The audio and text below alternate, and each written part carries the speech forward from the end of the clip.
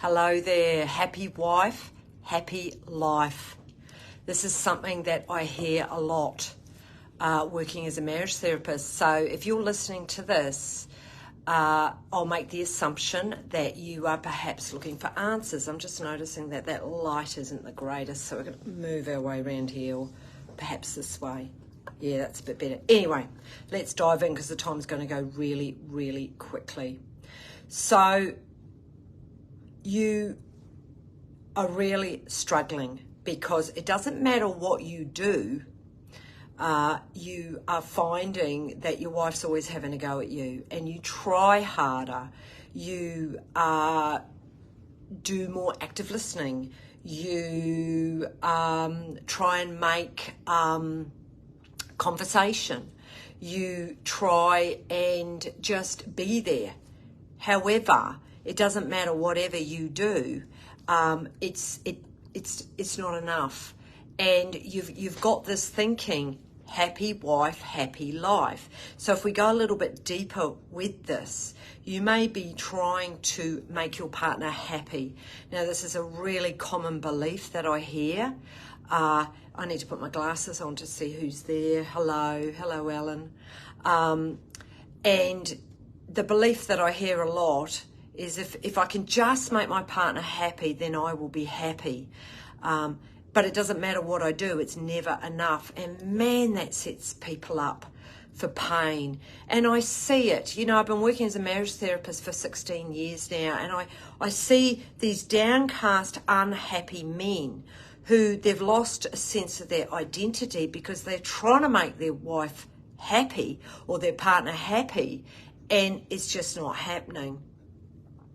And in that, they're getting resentful, they're getting disgruntled, they're getting agitated, and they're getting quite angry. So look, if this is speaking to you, if you're in this position, yeah, Helen, yeah, you're talking a lot of sense. I'm trying to make my wife happy, but it doesn't matter what I do, it isn't making her happy. So if you were in my room, the question I would ask you, well, how is that working for you? And you're going to go, well, it's not. No, obviously it isn't. It is not your responsibility to make your partner happy. The most biggest gift you can give a relationship is to bring it back to yourself and to check in with yourself and what you need to make yourself happy. And that goes for the woman and the man. Look, I would have to say I don't know what the stats are, but by the time people are seeing me, generally the woman has emotionally left, and she's left for quite some time. And she says to me, often in the room with the gentleman, I just want to be able to share my inner world. I just want to be able to share what I'm feeling. And then he gets all shitty with me when I begin sharing emotionally and when I start sharing from the heart. And so I want to speak to the men who are listening. It's, for a lot of you, you have inherited a way of coping. You have inherited a way of really just not really dropping into your feelings and being with that. But if you ask women what they want from their man, they want to know that their man emotionally meets them, that their man will hold the safe container for women to express and to be emotional. You know, a lot of women, including me, we have emotions and we need to feel them and we need to process them. And having a man who will hold that space, and men, you don't have to fix it. You don't have to rescue her. You don't have to be a martyr. You don't have to come up with a solution. It's holding the container for your woman to express. So if we go back to happy wife, happy life, I don't want to make it simple, but it freaking is. And what begins to happen is that woman begins to retreat. She doesn't feel as safe. She doesn't feel as contained. She isn't actually able to share her inner world with a man. So what does she start doing? She actually starts looking outside. And look, I think it's great for women to have friends, but what happens is she takes the really special intimate place that a man and woman has, and she takes it out and she starts talking to her girlfriends, and she starts taking it onto Facebook groups, and she starts reaching out because she's with a man where she cannot share her inner world with. And that's what I get in my room, is the unraveling. So let's bring it back. Happy wife, happy life. It's being able to speak really from the heart, and for you both to be able to do that.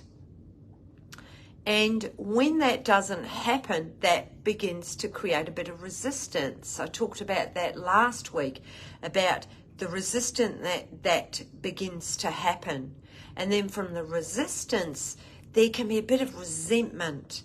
And in an intimate relationship, you've got to clear that resentment out, because it sits in the body, particularly for women, and particularly if they are very emotional women. And a lot of women are. Mind you, men are as well, but you've inherited and you've learnt to shovel that down. But in a healthy relationship, in a healthy, intimate relationship, it's an amazing opportunity to begin letting some of that come up. I feel like I'm doing a symphony. I talk a lot with my hands. I've got to stop doing that.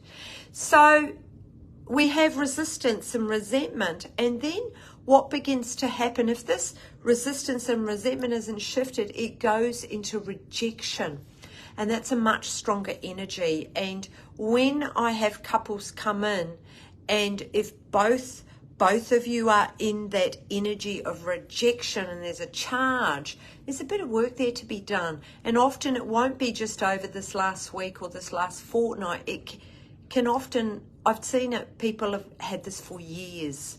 So there's a bit of work there to be done. And then the last part of it is, hello Steve, Marlo, really good to see you. The last part is repression. And this is what I see a lot, is particularly men and women. Women, if they're not getting their emotional needs met, they go into like shutting down. It's, I'll go into my cave and I'll shut down. Or, you know, some women call it stonewalling, and it can be if it's very intentional, because you're peeved with your partner.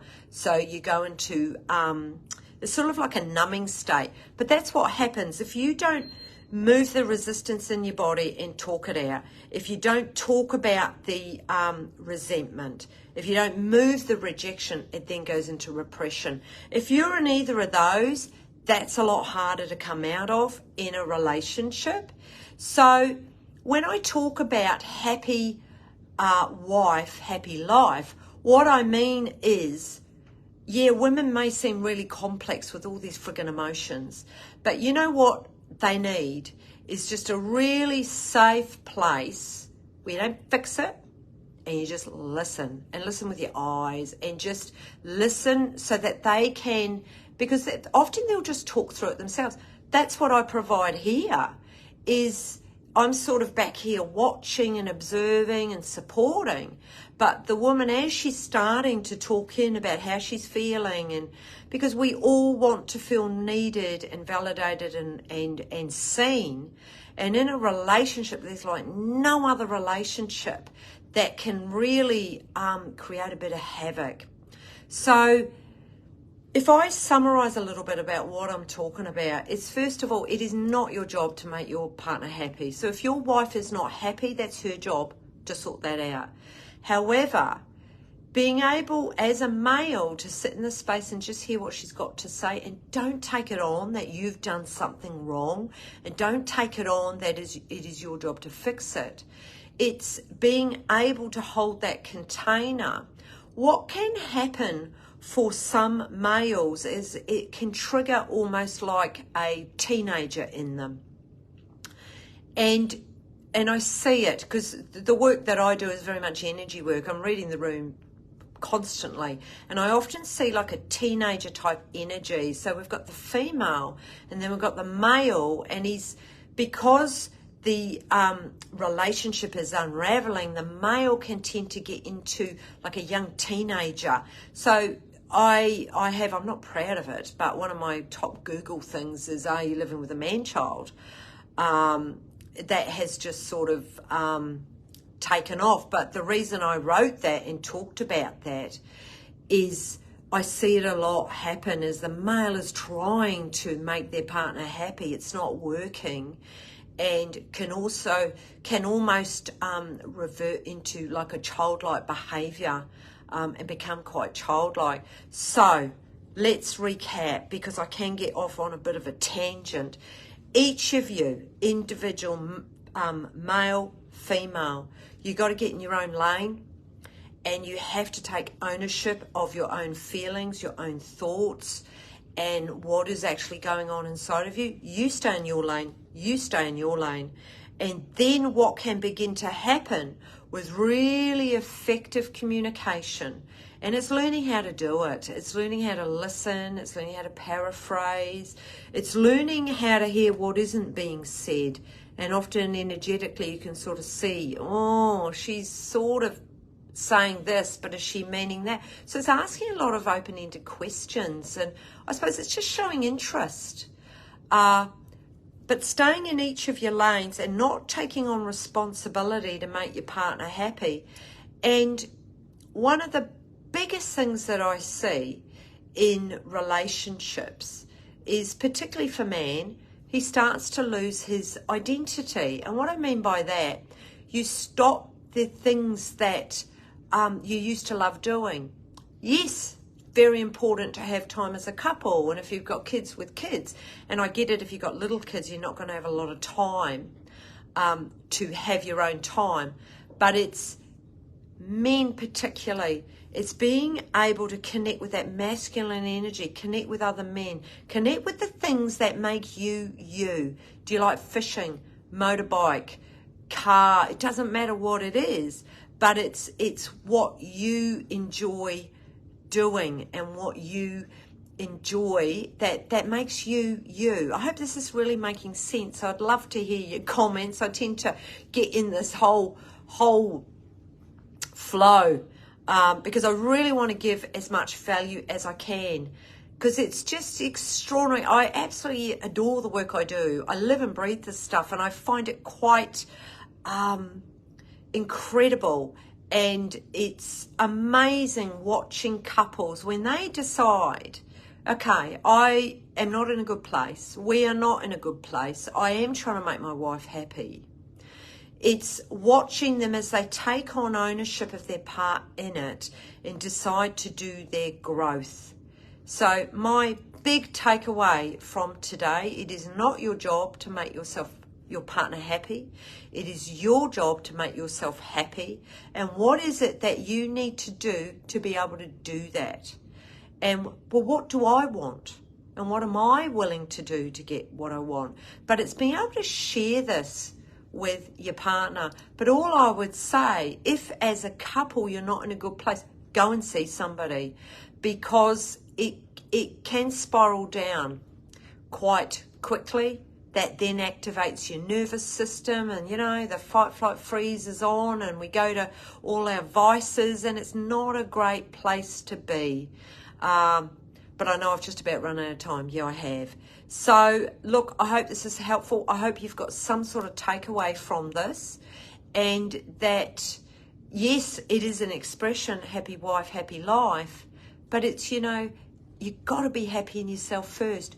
Then you can give from a full cup, and you won't take it personally, because it is not your job to make your partner happy. And if it's meant to work, the flow of the two of you, because your wife will make herself happy, you will make yourself happy. And in the middle, you've got shared vision, you've got shared values, and you've got a shared way of moving forward. Anyway, on that note, I'm going to love you and leave you with my tagline. The power of change is within you. See ya.